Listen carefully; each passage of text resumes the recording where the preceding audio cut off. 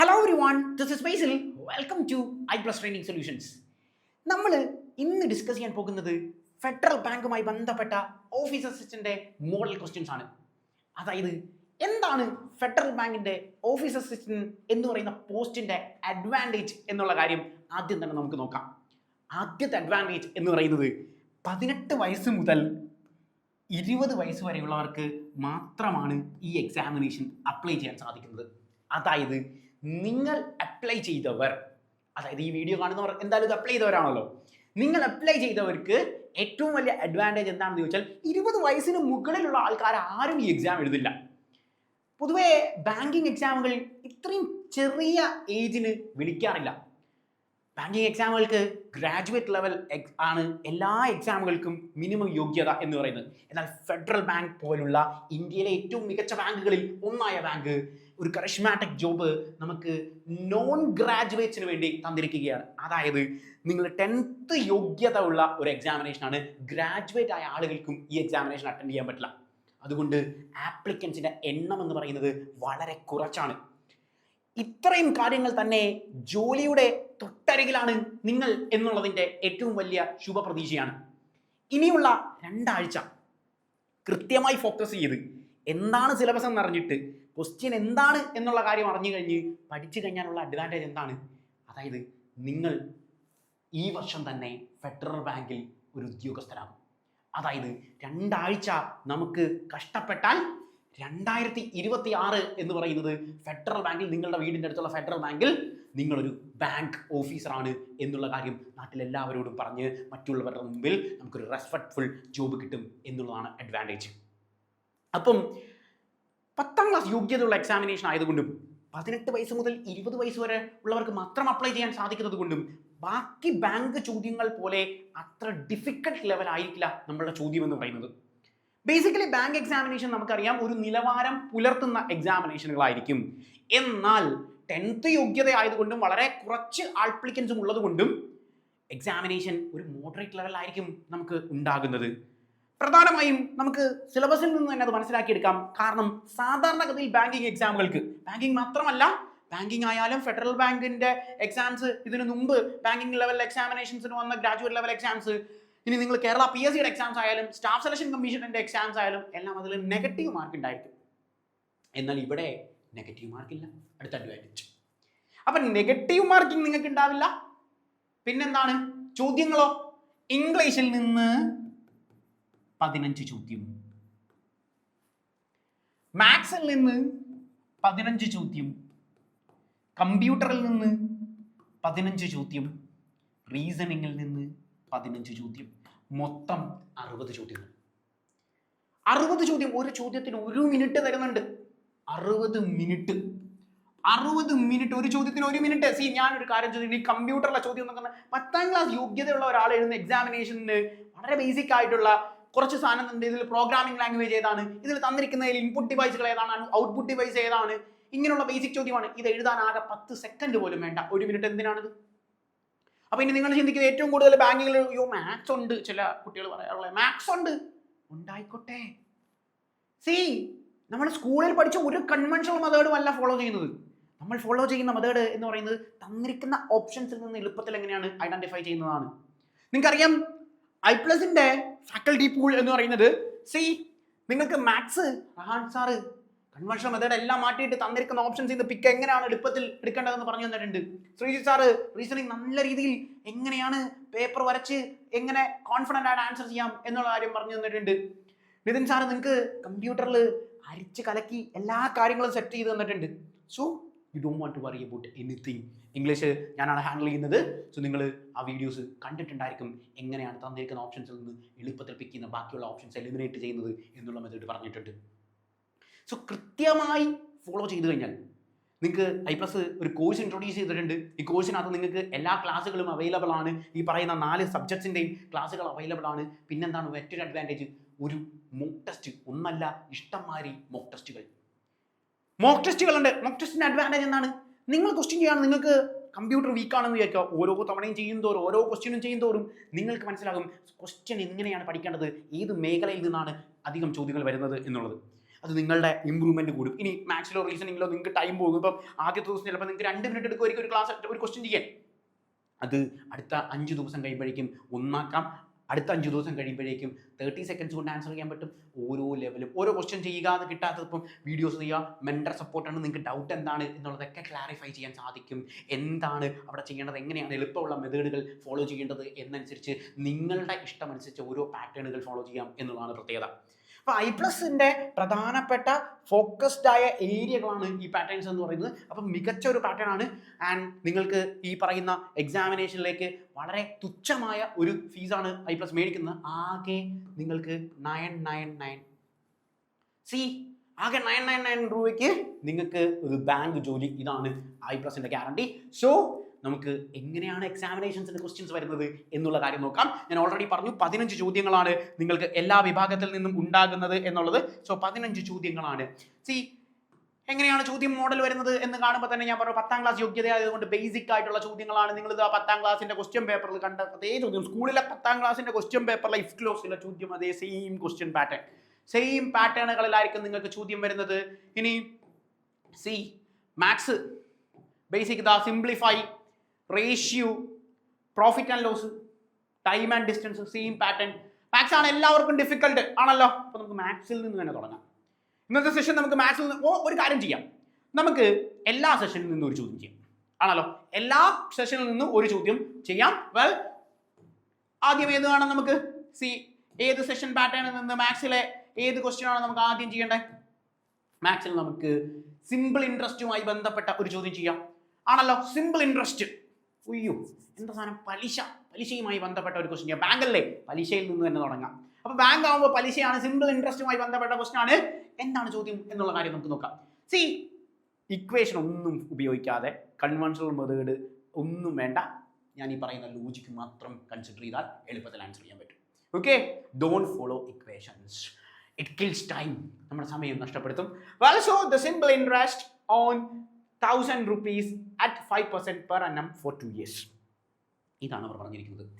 അതായത് നമ്മളോട് കണ്ടുപിടിക്കാൻ പറഞ്ഞിരിക്കുന്നത് 1000 രൂപ 5% പലിശയ്ക്ക് 2 വർഷത്തേക്ക് ഇട്ട് കഴിഞ്ഞാൽ എത്ര രൂപ പലിശ നമ്മൾ നൽകണം എന്നുള്ളതാണ് പറയുന്നത്. അതായത് മുതൽ എന്നൊക്കെ പറയാൻ നമ്മൾ പ്രിൻസിപ്പിൾ എന്നൊക്കെ പറയും.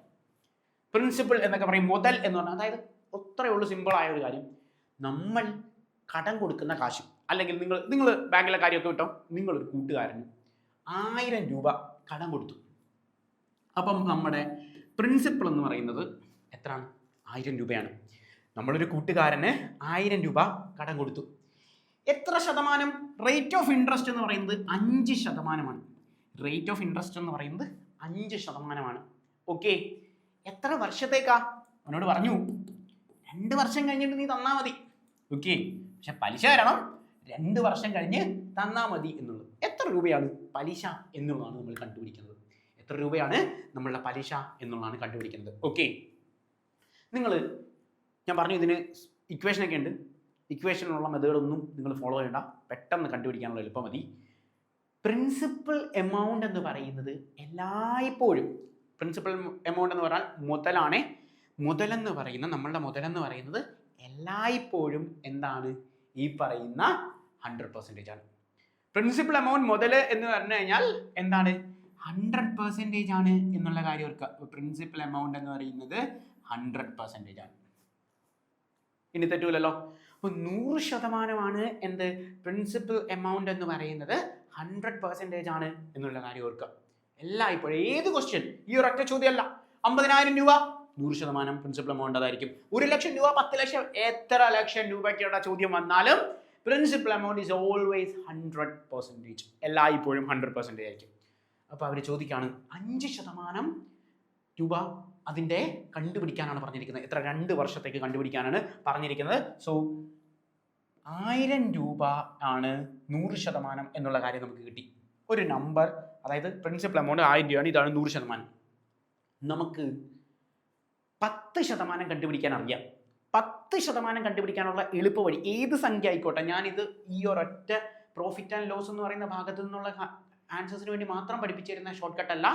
നിങ്ങൾക്ക് പ്രോഫിറ്റ് ആൻഡ് ലോസ്, പെർസെൻറ്റേജ്, നമ്മളുടെ ട്രെയിനിൻ്റെ സ്പീഡ്, ഡിസ്റ്റൻസ്, ഏത് ചോദ്യത്തിനും ഈ ഒരൊറ്റ ബേസിക് കോൺസെപ്റ്റ് പഠിച്ചാൽ മതി. ഒരു ഇക്വേഷനും നിങ്ങൾ പഠിക്കാൻ വേണ്ട. ഇത്രയുമാണ് നമ്മളുടെ ബേസിക് കോൺസെപ്റ്റ് എന്ന് പറയുന്നത്. അതായത് നമ്മളുടെ പ്രിൻസിപ്പൽ എമൗണ്ട് എന്ന് പറയുന്നത് 100% ആണ്. ഒരു സംഖ്യയുടെ, ഏത് സംഖ്യയുമായിക്കോട്ടെ, ഒരു സംഖ്യയുടെ 10% കണ്ടുപിടിക്കാൻ, 10ൽ എത്ര പൂജ്യം ഉണ്ട്? ഒരു പൂജ്യം അല്ലേ? 10% കണ്ടുപിടിക്കാൻ ഒരു സ്ഥാനം മാറ്റി കുത്തിയാൽ മതി. അതായത് ഒരു സ്ഥാനം മാറ്റി കുത്തിയാൽ എന്ത് കിട്ടും? 10% കിട്ടും. 100 രൂപയാണ് 10%. 100 രൂപയാണ് 10% എന്ന് പറയുന്നത്. 100 രൂപയാണ് 10%. ഡീലാണല്ലോ. 100 രൂപയാണ് 10% എന്ന് പറയുന്നത്. അപ്പോൾ ഒരു സംഖ്യയുടെ, ഏത് സംഖ്യ ആയിക്കോട്ടെ, വേണം ഞാൻ വേറൊരു സംഖ്യ കാണിക്കാം. സി 50,000 രൂപ. 1 10 100 1000 10,000. ഓക്കെ, 50,000 രൂപയുടെ 10% എത്രയാണെന്ന് ചോദിച്ചാൽ എത്ര? ഒരു സ്ഥാനം മാറ്റി കുത്തി 5,000 രൂപ. സി 200 രൂപയുടെ 10% എത്രയാണ് എന്ന് ആരെങ്കിലും ചോദിച്ചാൽ ഒരു സ്ഥാനം മാറ്റി കുത്തി 20 രൂപ. 10 രൂപയുടെ 1% എത്രയാണ് എന്ന് ചോദിച്ചു കഴിഞ്ഞാൽ എന്താണ്? 10 രൂപയുടെ 10% 10 രൂപയുടെ 10%, ഇതെല്ലാം ഞാൻ ചോദിച്ച 10%. ഒരു സ്ഥാനം മാറ്റി കുത്തി 1 രൂപ. അപ്പോൾ 10% കണ്ടുപിടിക്കാൻ ഒരു സ്ഥാനം മാറ്റി കുത്തി കഴിഞ്ഞാൽ എന്ത് കിട്ടും? 10% കണ്ടുപിടിക്കാൻ പറ്റും. ഒരു സ്ഥാനം. ഇനി 1% കണ്ടുപിടിക്കാനോ? 1% കണ്ടുപിടിക്കാൻ 2 സ്ഥാനം മാറ്റി കുത്തിയാൽ മതി. ഓക്കെ, അപ്പം 10% കണ്ടുപിടിക്കാൻ ഒരു സ്ഥാനം മാറ്റി കുത്തുക, 1% കണ്ടുപിടിക്കാൻ ഒരു സ്ഥാനം കൂടി, 2 സ്ഥാനം കൂടി കൂട്ടിയാൽ മതി. അതായത് 200 രൂപയുടെ 1% എന്ന് പറഞ്ഞാൽ 2 രൂപയാണ്. കണ്ട, 50,000 നോക്ക് നിങ്ങൾ. 50,000 രൂപയുടെ 1% ഞാൻ കണ്ടുപിടിക്കുക. 10% എനിക്ക് കിട്ടി, ഒരു സ്ഥാനം മാറ്റി കുട്ടി 5,000 രൂപയാണ്. 1% 2 സ്ഥാനം മാറ്റി കുത്തുകയാണ്. അതായത് 500 രൂപയാണ് എന്ത്? 1%. 1%ആണ്. അപ്പോൾ 1% കണ്ടുപിടിക്കാൻ ഉള്ള ലോജിക്ക് കിട്ടി. 1% കണ്ടുപിടിക്കാൻ എല്ലാ കണക്കിനും വേണ്ടിയാണ്. 1% കണ്ടുപിടിക്കാൻ 2 സ്ഥാനം മാറ്റി കുത്തുക, 10% കണ്ടുപിടിക്കാൻ 1 സ്ഥാനം മാറ്റി കുത്തുക. ഏത് പാറ്റേണും കിട്ടും. ഇനി നമുക്ക് നമ്മുടെ കണക്കിലേക്ക് പോകാം. നമ്മുടെ കണക്ക് 1000 രൂപയാണ്.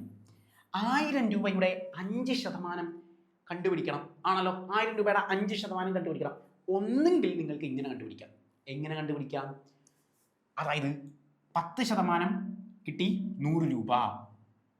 10% 100 രൂപ. എങ്ങനെ കിട്ടിയെന്ന് മനസ്സിലായല്ലോ. ഒരു സ്ഥാനം മാറ്റി കുത്തി. ഈ 10ന്റെ പകുതി എത്ര? 10ന്റെ പകുതി എത്ര? 5 അല്ലേ? അപ്പൊ 5% എന്ന് പറഞ്ഞാൽ 100ന്റെ പകുതി എത്ര? 50 ആണ്. കണ്ടോ, 100ന്റെ പകുതി എന്ന് പറയുന്നത് 50 ആണ്. 100ന്റെ പകുതി 50 ആണ്. കിട്ടി. ഇനി ഇതല്ല, ഇങ്ങനെ കണ്ടുപിടിക്കാൻ വയ്യെങ്കിൽ വേറൊരു മെത്തേഡ് ഞാൻ പറഞ്ഞിട്ടുണ്ട്. 1% കണ്ടുപിടിക്കാൻ എന്താ? 2 സ്ഥാനം മാറ്റി കുത്തുമല്ലേ? 1% കണ്ടുപിടിക്കാൻ 2 സ്ഥാനം മാറ്റി കുത്തുക. അതായത് 1% എന്ന് പറയുന്നത് 10 രൂപയാണ്. 1% 10 രൂപയാണ്. 5% കണ്ടുപിടിക്കാൻ ഇൻറ്റു 5 ഇൻറ്റു 5. അപ്പോൾ ഇവിടെ ഇൻറ്റു 5 ചെയ്ത് കഴിഞ്ഞാൽ ആൻസർ കിട്ടി 50 രൂപ. കണ്ടോ, ആൻസർ ഞാൻ 50 കൊടുക്കണ്ടേ? ഉത്തരം ശരിയാണോ? ഉത്തരം ശരിയല്ല. കാരണം എന്താ? ഒരു വർഷത്തെ നമ്മൾ കണ്ടുപിടിച്ചോളൂ. ഒരു വർഷത്തെയാണ് നമ്മൾ കണ്ടുപിടിച്ചത്. അവരെന്താ ചോദിച്ചേക്കുന്നത്? 2 വർഷത്തെ കണ്ടുപിടിക്കാൻ പറഞ്ഞിട്ടുണ്ട്. 2 വർഷത്തെ കണ്ടുപിടിക്കാൻ. അപ്പോൾ ഒരു വർഷത്തെ 50 രൂപയാണെങ്കിൽ അടുത്ത വർഷവും 50 രൂപ. അതായത് 50 + 50 100 രൂപയാണ് ആൻസർ. കണ്ടോ, ഇങ്ങനെയാണ് ആൻസേഴ്സിലേക്ക് എത്തുന്നത്. സോ 100 രൂപയാണ് ആൻസർ. ഇനി 3 വർഷത്തെ കണ്ടുപിടിക്കാൻ പറഞ്ഞാലോ, ഒരു 50 രൂപയും കൂടി ഇട്ട് കൊടുക്കും, 150 രൂപ.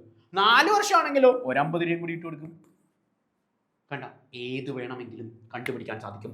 അതായത് പ്രിൻസിപ്പൽ എമൗണ്ട് 1000 രൂപ 5% ഒരു വർഷത്തെ കിട്ടും. പിന്നെ അടുത്ത വർഷം കൂടി അതേ സെയിം തന്നെ. 3ാമത്തെ വർഷം ചോദിച്ചാൽ 3ാമത്തെ വർഷം ഏത് പാറ്റേൺ വേണം. ഈ ചോദ്യം തന്നെ ഞാൻ നിങ്ങളോട് വേറൊരു പാറ്റേൺ നോക്കുക. ഇപ്പം നമ്മൾ 5% അല്ലേ കണ്ടുപിടിച്ചേ? ഓക്കെ, 20% ഒന്ന് കണ്ടുപിടിച്ചത്. 20% 3 വർഷത്തേക്ക്. 20% 3 വർഷത്തേക്ക്. ഓക്കെ, 20% 3 വർഷത്തേക്ക് എങ്ങനെ കണ്ടുപിടിക്കാം? 20% 3 വർഷത്തേക്ക് എന്നുള്ള കാര്യം നോക്ക്. 20% 3 വർഷത്തേക്ക് എങ്ങനെ കണ്ടുപിടിക്കാം? ഓക്കെ, തന്നിരിക്കുന്ന പ്രിൻസിപ്പൽ എമൗണ്ട് 1000 ആണ്. 1000 20% ആണ്. എനിക്ക് 10% കണ്ടുപിടിക്കാൻ അറിയാം. ഒരു സ്ഥാനം മാറ്റി കുത്തി. അപ്പോൾ 10% എന്ന് പറഞ്ഞാൽ 100 ആണ്. ഒരു 10% കൂടി ഞാൻ എടുത്ത് 100. അതായത് 20% എന്ന് പറഞ്ഞാൽ 200 ആണ്. കണ്ട, 20% 200 ആണ്. ഒരു വർഷത്തെ കിട്ടിയോളൂ. എനിക്ക് എത്ര? 3 വർഷം വേണം. അപ്പം ഒരു 200 പിന്നെ ഒരു 200, 3 തവണ എഴുതണ്ടേ? 1 2 3 200 400 600 സെക്കൻഡുകൾ കൊണ്ട് കിട്ടും. ഇതുകൊണ്ടാണ് ഞാൻ നിങ്ങളോട് പറഞ്ഞത് നിങ്ങൾക്ക് 1 മിനിറ്റിൻ്റെ ആവശ്യമില്ല. നിങ്ങൾക്ക് 1 മിനിറ്റിൻ്റെ ആവശ്യമില്ല. കോൺസെപ്റ്റ് മനസ്സിലാക്കി കഴിഞ്ഞാൽ ഏത് ക്വസ്റ്റ്യനും വളരെ സിമ്പിളായിട്ട് എളുപ്പത്തിൽ ഐഡൻറ്റിഫൈ ചെയ്യാൻ സാധിക്കും. ഇതാണ് അതിൻ്റെ അഡ്വാൻറ്റേജ് എന്ന് പറയുന്നത്. അപ്പോൾ തന്നിരിക്കുന്ന സംഖ്യയുടെ ബേസിക് കോൺസെപ്റ്റ്സ് വെച്ച് നോക്കിയാൽ മതി. ഡീലാണ്. മാത്സിൽ നിന്നൊരു ചോദ്യം എളുപ്പത്തിൽ കിട്ടി. വെൽ, ഇനി റീസണിങ്ങിൻ്റെ പ്രത്യേകത എന്താ? മാത്സ് സ്കൂളിൽ നിങ്ങൾ സ്കൂളിൽ കണ്ട സാധനമാണ് ആണല്ലോ. ഇംഗ്ലീഷ് സ്കൂളിൽ പഠിച്ച സാധനമാണ് ആണല്ലോ. കമ്പ്യൂട്ടർ സ്കൂളിൽ പഠിക്കാനുണ്ട് IT എന്ന് പറഞ്ഞു. എന്നാൽ റീസണിങ് എന്ന് പറയുന്ന സബ്ജക്റ്റ് സ്കൂളിൽ നമ്മളെ പഠിപ്പിക്കുന്നില്ല. അതുകൊണ്ട് അറിയാത്ത കുട്ടികൾ കൈവെക്കാത്ത ഒരു പാറ്റേൺ ആണ് റീസണിങ്. പക്ഷേ I+ന്റെ പിള്ളേർക്ക് ആ പ്രശ്നം ഉണ്ടാവില്ല. കാരണം എന്താ? നിങ്ങളെ അരച്ച് കലക്കി റീസണിങ്ങിൻ്റെ ഫ്രം ദ ബിഗിനിങ് എന്താണ് നിങ്ങളെ ലെവലാക്കി തന്നിട്ടുണ്ട് ശ്രീജിത്ത് സാർ ആണല്ലോ. നമുക്കൊരു ചോദ്യം നോക്കാം. പെട്ടെന്ന് എന്നൊക്കെ സ്പീഡിൽ നിങ്ങൾ കണ്ടുപിടിക്കും. വെൽ, നമുക്ക് റീസണിങ്ങിൻ്റെ ഒരു ചോദ്യം നോക്കാം. വെൽ, റീസണിങ്ങും 15 റീസണിങ്ങിൻ്റെ ഒരു പ്രത്യേകം അറിയാം. 15 ചോദ്യത്തിൽ 15 കിട്ടും. ഓക്കെ, 15 ചോദ്യം 15 കിട്ടും. ഒരു രീതി തെറ്റത്തില്ല. അതാണ് റീസണിങ്ങിൻ്റെ പ്രത്യേകത. അറിയാത്ത പിള്ളേരെ 15ൽ 0 കിട്ടും. ഇതാണ് പ്രശ്നം. ഓക്കെ, ഇതാ നമുക്ക് ഏറ്റവും ടഫ് എന്ന് തോന്നും, എന്നാൽ ഏറ്റവും സിമ്പിൾ ഉള്ളൊരു ക്വസ്റ്റ്യൻ നോക്കാം. ടഫ് എന്ന് തോന്നുന്ന കാര്യം ചോദ്യം ഇങ്ങനെയൊക്കെ ചോദിക്കും. ഒന്നുമില്ല, അറിയാത്ത, ഞാൻ പറഞ്ഞില്ല, അറിയാത്ത പിള്ളേർക്ക് ഭയങ്കര വിഷയമായിരിക്കും. ചോദ്യം ഇങ്ങനെയായിരിക്കും: my father has a wife, what is the relationship between the girl and me? നമ്മളിരുന്ന് ആലോചിക്കും, എൻ്റെ പൊന്നു ദൈവമേ, എൻ്റെ അച്ഛന് ഒരു ഭാര്യയുണ്ട്, ആ ഭാര്യയും ഞാനും തമ്മിലുള്ള ബന്ധം എന്താ? എൻ്റെ അച്ഛൻ്റെ ഭാര്യ എന്ന് പറഞ്ഞാൽ എൻ്റെ അമ്മയാണ്. ഇത്രയേ ഉള്ളൂ. കണ്ടോ? കാണുമ്പോൾ ക്വസ്റ്റ്യൻ്റെ വലിപ്പമൊക്കെ കാണുമ്പോൾ നമ്മൾ വിചാരിക്കും എന്തോ വലിയ കാര്യമാണ് എന്നുള്ളത്. But this is a piece of cake. Reasoning it is a piece of cake. ഇംഗ്ലീഷിലേക്ക് ഞാൻ പോയി പറഞ്ഞത് എന്ത്? ഇംഗ്ലീഷിൽ പീസ് ഓഫ് കേക്ക് എന്ന് വെച്ചാൽ അതൊരു ഇഡിയമാണ്. പീസ് ഓഫ് കേക്ക് എന്ന് പറഞ്ഞു കഴിഞ്ഞാൽ സിമ്പിൾ എന്നാണ്. നിങ്ങൾക്ക് ഇഷ്ടമുള്ളൊരു കേക്ക് എടുത്തോ, വാഞ്ചുവോ ബ്ലാക്ക് ഫോറസ്റ്റോ എന്തെങ്കിലും ഇഷ്ടമുള്ളൊരു കേക്ക് എടുത്തോ. ഭയങ്കര ഈസി ആയിട്ട് കഴിക്കാൻ പറ്റില്ലേ? സിമ്പിൾ അല്ലേ? So piece of cake. Exam കഴിഞ്ഞിട്ട് വന്നിട്ട് അപ്പുറത്തെ വീട്ടിലെ ആൻറ്റി അങ്കിൾ ചോദിക്കും, എക്സാം എങ്ങനെ ഉണ്ടായിരുന്നു, തവണ എങ്കിലും കയറുമോ ജോലിക്ക്? It's a piece of cake. Means what? It is simple. അത് സിമ്പിളാണ് എന്ന് നമ്മൾ പറയുന്ന പാറ്റേൺ ആണ്. സി, നോക്കാം എങ്ങനെയാണ് ഈ പാറ്റേൺ ചോദ്യങ്ങൾ ചെയ്യുന്നത് എന്നുള്ള കാര്യം നോക്കുക. സി, ആദ്യത്തെ 2 ദിവസം നിങ്ങൾക്ക് റീസണിങ് എന്നൊക്കെ പറഞ്ഞു കഴിഞ്ഞാൽ അയ്യോ ഒരു ഹെർക്കുലിയൻ ടാസ്ക് പോലെ ഇരിക്കും. ഹെർക്കുലിയൻ ടാസ്ക് എന്താ സാധനം? വീണ്ടും ഞാൻ ഇഡിയം ഉപയോഗിച്ചു. ഇംഗ്ലീഷിൽ ഇഡിയം. എന്തിനാണ് ഞാനിത് പറഞ്ഞിരുന്നത്? നിങ്ങൾ ഈ 4-5 വീഡിയോ കാണുമ്പോഴേക്കും ഇഡിയത്തിൽ നിന്ന് വരുന്ന ചോദ്യത്തിൻ്റെ എല്ലാ ഉത്തരം കിട്ടും. അവിടെ ഒരു ചോദ്യം 15 ചോദ്യത്തിൽ ഒരു ചോദ്യത്തിന് ഉത്തരം കിട്ടും. സെറ്റാണ്. വെൽ, അതായത് ഹെർക്കുലിയൻ ടാസ്ക് എന്ന് പറഞ്ഞു കഴിഞ്ഞാൽ എന്തോ വലിയ ടാസ്ക് ആയിട്ടൊക്കെ നമുക്ക് തോന്നും. റോക്കറ്റ് സയൻസ് അടുത്ത ഇഡിയം വലിയ കാര്യമായിട്ടൊക്കെ തോന്നും ആദ്യത്തെ 2 ദിവസം. 3-ാം ദിവസം തൊട്ട് അയ്യേ ഇതൊക്കെ എന്ത് ക്വസ്റ്റ്യൻ, എന്തിനാണ് ഈ ക്വസ്റ്റ്യൻ ഒക്കെ ചെയ്യുന്നതെന്ന് തോന്നും. അതായത് നമുക്ക് ഭയങ്കര ഓവർ കോൺഫിഡൻസ് ഫീൽ ചെയ്യും. പക്ഷെ ഒരു കാര്യം മനസ്സിലാക്കുക, ഓവർ കോൺഫിഡൻസ് ചെയ്യരുത്. അതായത് ചോദ്യം ഒരിക്കലും മൈൻഡിൽ കാൽക്കുലേറ്റ് ചെയ്യരുത്. റീസണിങ്ങിലെ ഒരു ചോദ്യവും മൈൻഡിൽ കാൽക്കുലേറ്റ് ചെയ്യരുത്. A is the brother of B, C is the mother of B, how is A related to C? ഒരിക്കലും മൈൻഡിൽ കണക്കൂട്ടരുത്. നമ്മൾ എന്ത് ചെയ്യണം? നമ്മൾ ചെയ്യേണ്ട പാറ്റേൺ ഒരു പേപ്പർ തരും. ആ പേപ്പറിലൊന്ന് വരച്ച് നോക്കിക്കഴിഞ്ഞാൽ ഒരിക്കലും തെറ്റത്തില്ല. എങ്ങനെയാണ് വരയ്ക്കുന്നത് എന്നുള്ള കാര്യം ഞാൻ കാണിച്ചു തരാം. എങ്ങനെയാണ് ഈ പാറ്റേൺ ചോദ്യങ്ങൾ വരയ്ക്കുന്നത് എന്നുള്ള കാര്യം കാണിച്ചു തരാം. ഇങ്ങനെയാണ് നമുക്ക് ചോദ്യം ചോദിക്കുന്നത്. A is the brother of B, C is the mother of B, how is A related to C?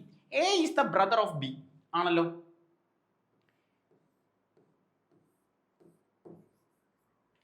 A is the brother of B.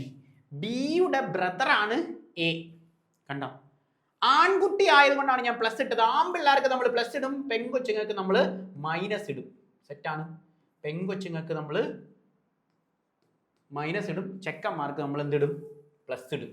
Girl minus. അപ്പം A is the brother of B എന്ന് പറഞ്ഞാൽ എന്താ? ബിയുടെ brother ആണ് A.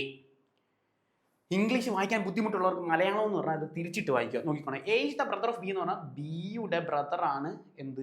A എന്ന് പറയുന്നത് ബിയുടെ brother ആണ് എ. അപ്പൊ എ ആൺകൊച്ചാണ്, പ്ലസ് ആണ്, ബ്രദർ അല്ലേ. ബി പെൺകൊച്ചാണെന്ന് പറയാൻ പറ്റുമോ? നമുക്ക് എങ്ങനെ അറിയാം? അവർ പറഞ്ഞിട്ടില്ല. ഇന്നത് പറയാത്ത സാധനം ഒന്നും എഴുതാൻ പറ്റില്ല ആണല്ലോ. അവരങ്ങനെ പറഞ്ഞിട്ടില്ല. അവർ A is the brother of B എന്ന് മാത്രമേ പറഞ്ഞിട്ടുള്ളൂ. ബിയുടെ ബ്രദർ ആണ്. ചിലപ്പോൾ ബി ഒരു ആൺകൊച്ചായിരിക്കും, ചിലപ്പോൾ ബി ഒരു പെൺകൊച്ചായിരിക്കും. നമ്മുടെ വിഷയമല്ല. C is the mother of B. അടുത്ത് അവർ പറയാണ് ബിയുടെ അമ്മ എന്ന് പറഞ്ഞാലില്ലേ സി ആണ്. നമ്മുടെ അമ്മ എപ്പോഴും നമ്മൾ മുകളിലോട്ടായിരിക്കും വരയ്ക്കുന്നത്. അമ്മ എപ്പോഴും അമ്മയും അച്ഛനും മുകളിലോട്ടായിരിക്കും വരയ്ക്കുന്നത്. സഹോദരങ്ങൾ എന്ന് പറയുന്നത് സൈഡിലോട്ടായിരിക്കും വരയ്ക്കുന്നത്. നമ്മൾ തുല്യരായ ആൾക്കാരല്ലേ, സഹോദരങ്ങൾ എപ്പോഴും തുല്യരായിട്ടായിരിക്കും വരയ്ക്കുന്നത്. അപ്പം C is the mother of B എന്ന് പറഞ്ഞു കഴിഞ്ഞാൽ അമ്മയാണ്, അമ്മ സ്ത്രീയാണ്. അതുകൊണ്ട് ഞാൻ മൈനസ് ഇട്ട് കൊടുത്തു. കണ്ടോ, അമ്മ സ്ത്രീയാണ്, മുകളിലോട്ട് ഞാൻ വരച്ചു. അവർ ചോദിക്കുകയാണ് how is A related to C. A related to C എന്ന് പറഞ്ഞാൽ എന്താ അർത്ഥം? മലയാളം ഞാൻ പറഞ്ഞു, ചിരിച്ചിട്ട് വായിക്കാണ്. സിക്ക് എ ആരാണ് എന്നുള്ളത്. സിക്ക് എ ആരാണ്? ഓപ്ഷൻ നോക്ക്, സണ്ണ്, ബ്രദർ, നെഫ്യൂ, ഫാദർ. സിക്ക് എ ആരാണ് എന്നാണ് വിഷയം ആണല്ലോ. സിയുടെ മകനോ മകളോ അല്ലേ ഈ ബി എന്ന് പറയുന്നത് അല്ലേ? സിയുടെ മകനോ മകളോ ആണ് ബി. മകനാണോ മകളാണോ നമുക്ക് അറിയില്ല, പ്ലസും മൈനസും ഒന്നും അവിടെ ഇല്ല, അതുകൊണ്ടാണ് നമുക്ക് അത് അറിയത്തില്ല. ബിയുടെ അമ്മയാന്ന് പറഞ്ഞിട്ടുണ്ട്. ഓക്കെ, അതായത് മകനോ മകളോ ആണ്. ആ മകനോ മകളുടെ സഹോദരനാണ് ഇയാള്. അതിന്റെ അർത്ഥം ഈ ചേച്ചിയുടെ മോൻ തന്നെ അല്ലേ ഇത്? ഈ ചേച്ചിയുടെ മോൻ തന്നെ അല്ലേ? വേണേ ഞാൻ പറയാം, എൻ്റെ അമ്മയ്ക്കൊരു മകനുണ്ട്, അത് ഞാനാണേ. എൻ്റെ അമ്മയ്ക്കൊരു മകനുണ്ട്, ഞാനാണ്. എനിക്കൊരു സഹോദരിയുണ്ട്. ആ പെങ്കൊച്ചും എൻ്റെ അമ്മയും തമ്മിലുള്ള ബന്ധം എന്ത്? എൻ്റെ സഹോദരി എന്ന് പറഞ്ഞാൽ എൻ്റെ അമ്മയുടെ മകളല്ലേ? ഇത് തന്നെയല്ലേ ഈ എഴുതി വെച്ചേക്കുന്നത്, ഇത് തന്നെയല്ലേ ഈ വരച്ചു വെച്ചേക്കുന്നത്. അപ്പൊ ഇതിന്റെ അർത്ഥം എന്താണ്? അപ്പൊ ബിയുടെ അമ്മയാണിത്, ബിയുടെ സഹോദരനാണിത്, എങ്കിൽ ഇവർ തമ്മിലുള്ള ബന്ധം ഈ പറഞ്ഞ ചേച്ചിക്ക് ഇയാളെന്ന് പറയുന്നത് മകനാണെന്ന് കിട്ടിയത് പ്ലസ് ആണ്, മകനാണ്. So the answer is sun. കണ്ടോ, എളുപ്പത്തിൽ കിട്ടൂലേ? വെറുതെ ഒരു പടം അങ്ങ് വരച്ചു കഴിഞ്ഞാൽ എന്ത് കിട്ടും? ആൻസർ കിട്ടും എന്നുള്ളതാണ് പ്രത്യേകത. അപ്പൊ റീസണിങ്ങിന്റെ ഏറ്റവും എളുപ്പത്തിൽ ഐഡന്റിഫൈ ചെയ്യാൻ പറ്റുന്ന മെത്തേഡാണ് ബ്ലഡ് റിലേഷൻഷിപ്പ് വരച്ചങ്ങ് വെക്കുക. എന്ത് ക്വസ്റ്റ്യൻ ആയിക്കോട്ടെ, ഏത് ചോദ്യം വന്നോട്ടെ, നമ്മളുടെ റീസണിങ്ങിൽ നിന്ന് ഏത് ചോദ്യം വന്നാലും അതങ്ങ് വരച്ച് ചെയ്ത് കഴിഞ്ഞാൽ ഒരു കാരണവശാലും നിങ്ങൾക്ക് തെറ്റ് വരില്ല എന്നുള്ളതാണ് പ്രത്യേകത. വെൽ, സോ നമുക്ക് ഇനി എന്ത് ചെയ്യണം? ഇനി നമുക്ക് കമ്പ്യൂട്ടറിൽ നിന്നൊരു ചോദ്യം ചോദിക്കാം ആണല്ലോ. കമ്പ്യൂട്ടറിൽ നിന്നൊരു ചോദ്യം പോവാണ് നമ്മൾ. കമ്പ്യൂട്ടറൊക്കെ 10ാം ക്ലാസ് യോഗ്യതയുള്ള എക്സാം ആണ്. നമുക്ക് ചോദിക്കുന്നത് കമ്പ്യൂട്ടർ, ഇംഗ്ലീഷ്, മാത്സ്, റീസണിംഗ് ഒന്നും 10ന് മേളിലോട്ട് ഒരു ചോദ്യം നമുക്ക് വരത്തില്ല. കാരണം ഇത് 10ാം ക്ലാസ് യോഗ്യതയുള്ള ഒരു എക്സാം ആണ്, ഡിഗ്രിക്കാർ എഴുതാത്ത എക്സാം ആണ്. അതുകൊണ്ട് വളരെ സിമ്പിൾ ആയിട്ടുള്ള ക്വസ്റ്റ്യൻ ആയിരിക്കും. Which of the following is an input device? തന്നിരിക്കുന്ന ക്വസ്റ്റ്യനിലെ ഈ ഓപ്ഷനുകളിൽ ഇതിൽ ഇൻപുട്ട് ഡിവൈസ് ഏതാണ് എന്നുള്ളതാണ് നമ്മളോട് ചോദിച്ചിരിക്കുന്നത് ആണല്ലോ. നമുക്ക് ഓരോന്നായിട്ട് നോക്കാം. പ്രിന്റർ ഒരു ഇൻപുട്ട് ഡിവൈസ് ആണോ? പ്രിന്റർ എന്ന് പറയുന്നത് ഒരു ഇൻപുട്ട് ഡിവൈസ് ആണോ? അല്ല. കാരണം എന്താ? പ്രിന്റ് ഇങ്ങോട്ട് തരുവാ നമുക്ക്. ഇങ്ങനെ പ്രിന്റ് നമുക്ക് ഇങ്ങോട്ട് തരികയാണ്. ഇങ്ങോട്ട് തരുന്നത് കൊണ്ട് അതൊരു ഇൻപുട്ട് ഡിവൈസ് അല്ല ആണല്ലോ. ഇങ്ങോട്ട് തരുന്ന ഡിവൈസ് എന്ന് പറയുന്നത് ഔട്ട്പുട്ടാണ്. ഔട്ടാണ്. ഇംഗ്ലീഷിൽ നിന്ന് തന്നെ നമുക്ക് സാധനം കിട്ടും ആണല്ലോ. ഔട്ടാണ്. ഔട്ടെന്ന് പറഞ്ഞാൽ ഇങ്ങോട്ട് തരുക, നമ്മളൊന്നും അങ്ങോട്ട് കൊടുക്കുന്നില്ല. അങ്ങോട്ട് കൊടുക്കുന്നതിന് നമ്മൾ പറയുന്നതാണ് ഇന്ന് എന്ന്. ഇങ്ങോട്ട് തരുക. മോണിറ്റർ നമ്മൾ വല്ല അങ്ങോട്ട് കൊടുക്കുന്നുണ്ടോ? മോണിറ്ററിന് അങ്ങോട്ട് കൊടുക്കുന്നുണ്ടോ? ഇല്ല. അതും ഇങ്ങോട്ട് തരികയാണ് നമുക്ക് ആണല്ലോ. ഒരൗട്ടാണ്. കണ്ടോ? കീബോർഡ് ഇങ്ങോട്ട് വല്ലതും തരുന്നുണ്ടോ? ഇങ്ങോട്ടൊന്നും തരുന്നില്ല. നമ്മൾ അങ്ങോട്ട് ടൈപ്പ് ചെയ്ത് കൊടുക്കുന്നുണ്ട്. ഇന്നാണ് ഉത്തരം അപ്പം തന്നെ കിട്ടി. എന്നാലും നമുക്ക് സ്പീക്കറും കൂടി നോക്കിയാൽ. സ്പീക്കർ, ഞാൻ ഈ സംസാരിക്കുന്ന കാര്യം നിങ്ങൾക്ക് അങ്ങോട്ട് കേൾക്കല്ലേ? അല്ല, നിങ്ങൾക്ക് കേൾക്കല്ലേ? അതോ നിങ്ങൾ ഇങ്ങോട്ട് വല്ലതും പറയുന്നുണ്ടോ? ഇല്ല, നിങ്ങൾക്ക് അങ്ങോട്ട് കേൾക്കുകയാണ്. സ്പീക്കർ ഔട്ടാണ്. കണ്ടോ എളുപ്പത്തിൽ എങ്ങനെ ഐഡന്റിഫൈ ചെയ്യുന്നതെന്ന്? Out, in, out. തന്നിരിക്കുന്ന ചോദ്യത്തിലെ ഇൻ ഏതാണിത് എന്നുള്ളതാണ്. സോ ഇൻപുട്ട് ഡിവൈസ് കീബോർഡാണ്. കണ്ടോ, എളുപ്പത്തിൽ ഐഡന്റിഫൈ ചെയ്യാൻ പറ്റി. ഇൻപുട്ട് ഡിവൈസ് എന്ന് പറയുന്നത് കീബോർഡാണ്. ഞാനൊരു ഡൗട്ട് ചോദിച്ചോട്ടെ. സ്കാനർ ഇൻപുട്ട് ഡിവൈസ് ആണോ ഔട്ട്പുട്ട് ഡിവൈസ് ആണോ? നിങ്ങൾ തന്നെ പറ. നിങ്ങൾക്ക് നിതിൻ സാറ് കൃത്യമായി പറഞ്ഞു തന്നിട്ടുണ്ട് എങ്ങനെയാണ് ഇത് തരംതിരിക്കേണ്ടത് എന്നുള്ള കാര്യം. നിങ്ങൾ പറയൂ. അതായത് ഈ പറയുന്ന സ്കാനർ ഒരു ഇൻപുട്ട് ഡിവൈസ് ആണോ ഔട്ട്പുട്ട് ഡിവൈസ് ആണോ? നമ്മൾ സ്കാനറിൽ അങ്ങോട്ട് ഒരു പിക്ചർ വെച്ചിട്ട് അങ്ങോട്ട് കമ്പ്യൂട്ടറിന് അകത്തോട്ട് കയറ്റി വെക്കല്ലേ? അകത്തോട്ട് കയറ്റി കൊടുക്കുന്ന സാധനം ഒരു ഇൻപുട്ട് ഡിവൈസ് ആണ്. അതായത് സ്കാനർ എന്ന് പറയുന്നത് ഒരു ഇൻപുട്ട് ഡിവൈസ് ആണ്, എന്നാൽ പ്രിന്റർ എന്ന് പറയുന്നത് ഒരു ഔട്ട്പുട്ട് ഡിവൈസ് ആണ്. വേറെ ഒന്നും കൂടി നമുക്ക് ഞാൻ നോക്കാം. മൈക്ക് നമ്മൾ അങ്ങോട്ട് പറഞ്ഞു കൊടുക്കല്ലേ? അങ്ങോട്ട് കൊടുക്കുന്നത് കൊണ്ട് അതെന്താണ്? ഇൻപുട്ടാണ്. എന്നാൽ സ്പീക്കർ ഇങ്ങോട്ട് നമുക്ക് സാധനം കിട്ടുകയാണ്, ഔട്ട്പുട്ടാണ്. ഇങ്ങനെ ബേസിക് ലെവലിൽ വരുന്ന ക്വസ്റ്റ്യൻസ് ആയിരിക്കും നമുക്ക് ഇവിടെ കാണാൻ പോകുന്നത്. നമുക്കൊരു ഇംഗ്ലീഷിൽ ഒരു ചോദ്യം കൂടി ചെയ്തുകൊണ്ട് ഇന്നത്തെ സെഷൻ നമുക്ക് അവസാനിക്കാം. അപ്പം 4 ക്വസ്റ്റ്യൻ പാറ്റേണിനകത്ത് നിന്ന് നമ്മൾ ക്വസ്റ്റ്യൻ നോക്കി എങ്ങനെയാണ് ആ പാറ്റേൺ വരുന്നത് എന്നുള്ളത്. 15 ചോദ്യങ്ങളാണ് നിങ്ങൾക്ക് എക്സാമിനേഷന് വരുന്നത്. വെൽ, സോ എളുപ്പത്തിൽ എങ്ങനെയാണ് ആ പാറ്റേൺ ക്വസ്റ്റ്യൻസ് ചെയ്യുന്നത് എന്നുള്ള കാര്യം നമ്മൾ നോക്കി. വെൽ, നമുക്ക് അവസാനത്തെ ഒരു ചോദ്യം കൂടി എളുപ്പത്തിൽ ഐഡന്റിഫൈ ചെയ്തുകൊണ്ട് നമുക്കവിടെ നോക്കാം. Well, see she bought dash umbrella yesterday. ആർട്ടിക്കിളിൽ നിന്ന് ചോദിച്ചിരിക്കുന്ന ഒരു ചോദ്യമാണ്. She bought dash umbrella yesterday. A ആണോ, ആൻ ആണോ, ദായാണോ? എളുപ്പ വഴി ഞാൻ പറഞ്ഞു തന്നിട്ടുണ്ട്. ഒന്നും നോക്കണ്ട, നമുക്കൊരു ലെറ്റർ കിട്ടിയാൽ മലയാളത്തിലേക്ക് അതൊന്ന് എഴുതി നോക്കുക. സി, മലയാളത്തിലേക്ക് എഴുതി നോക്കുക. അംബർല ആയാണ് ആണല്ലോ. മലയാളത്തിൽ ഫുൾ എഴുതുന്നതിന്റെ ആദ്യത്തെ അക്ഷരം മാത്രം എഴുതിയാൽ മതി, ആയാണ്. ഈ ആ മുതൽ അമ്മ വരെയുള്ള അക്ഷരങ്ങളില്ലേ, ആ ഈ ഉ അമ്മ വരെയുള്ള അക്ഷരം ഉണ്ടെങ്കിൽ കണ്ണു അടച്ച ആൻസർ ആയിരിക്കും. ആൻസർ ആനായിരിക്കും. ഇനി കായ്ക്ക, യാരാല ഭാഷ, ഇങ്ങനെയൊക്കെയുള്ള അക്ഷരങ്ങളാണ് കിട്ടുന്നതെന്ന് വെച്ചോ. അപ്പുറത്ത് കിടക്കുന്ന കുറേ അക്ഷരമല്ലേ, കൺസണന്റ് സൗണ്ട്സ് എന്നൊക്കെ പറയും. ഇതിന് വവ്വൽ സൗണ്ട്സ്. നിങ്ങൾ പേരൊന്നും പഠിക്കണ്ട, നിങ്ങൾക്ക് സാധനം മനസ്സിലായാലും ഞാൻ പറഞ്ഞ ആ ഈ ഉ ഇതൊക്കെയാണ് കിട്ടുന്നതെങ്കിൽ ആൻ ആണ് ആൻസർ. കാ എന്ന് പറഞ്ഞാൽ അല്ലെങ്കിൽ യാരാല ഭാഷ ആദ്യത്തെ അക്ഷരത്തിൽ എന്തെങ്കിലും കിട്ടുന്നെങ്കിൽ ആൻസർ എ ആയിരിക്കും. ഈ ഒരൊറ്റ ഷോർട്ട് കട്ടിൽ നിന്ന് ആൻസർ കിട്ടും. അതായത് she bought dash umbrella yesterday. അപ്പൊ അംബർല ആയാണ്, ആൻ അംബർല യെസ്റ്റർഡേ എന്ന് പറയുന്ന ലോജിക് കണ്ടോ. ആൻ അംബർല എന്ന് പറയുന്ന പാറ്റേണിൽ കിട്ടി. അതായത് തന്നിരിക്കുന്ന നമ്പറിൽ ആദ്യത്തെ അക്ഷരം മാത്രം എഴുതി നോക്കുന്നത് കൊണ്ട് നമുക്ക് എളുപ്പത്തിൽ ഏത് ക്വസ്റ്റ്യൻ പാറ്റേണും ചെയ്യാൻ സാധിക്കും.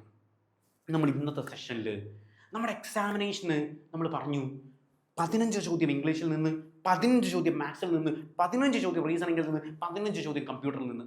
മൊത്തം നമുക്ക് വരുന്നത് 60 ചോദ്യങ്ങൾ. ഓരോ ചോദ്യവും ഓരോ മിനിറ്റ് നമുക്കുണ്ട്. ഈ സാധനം എടുക്കാൻ ആകെ എത്ര സെക്കൻഡ് മതി?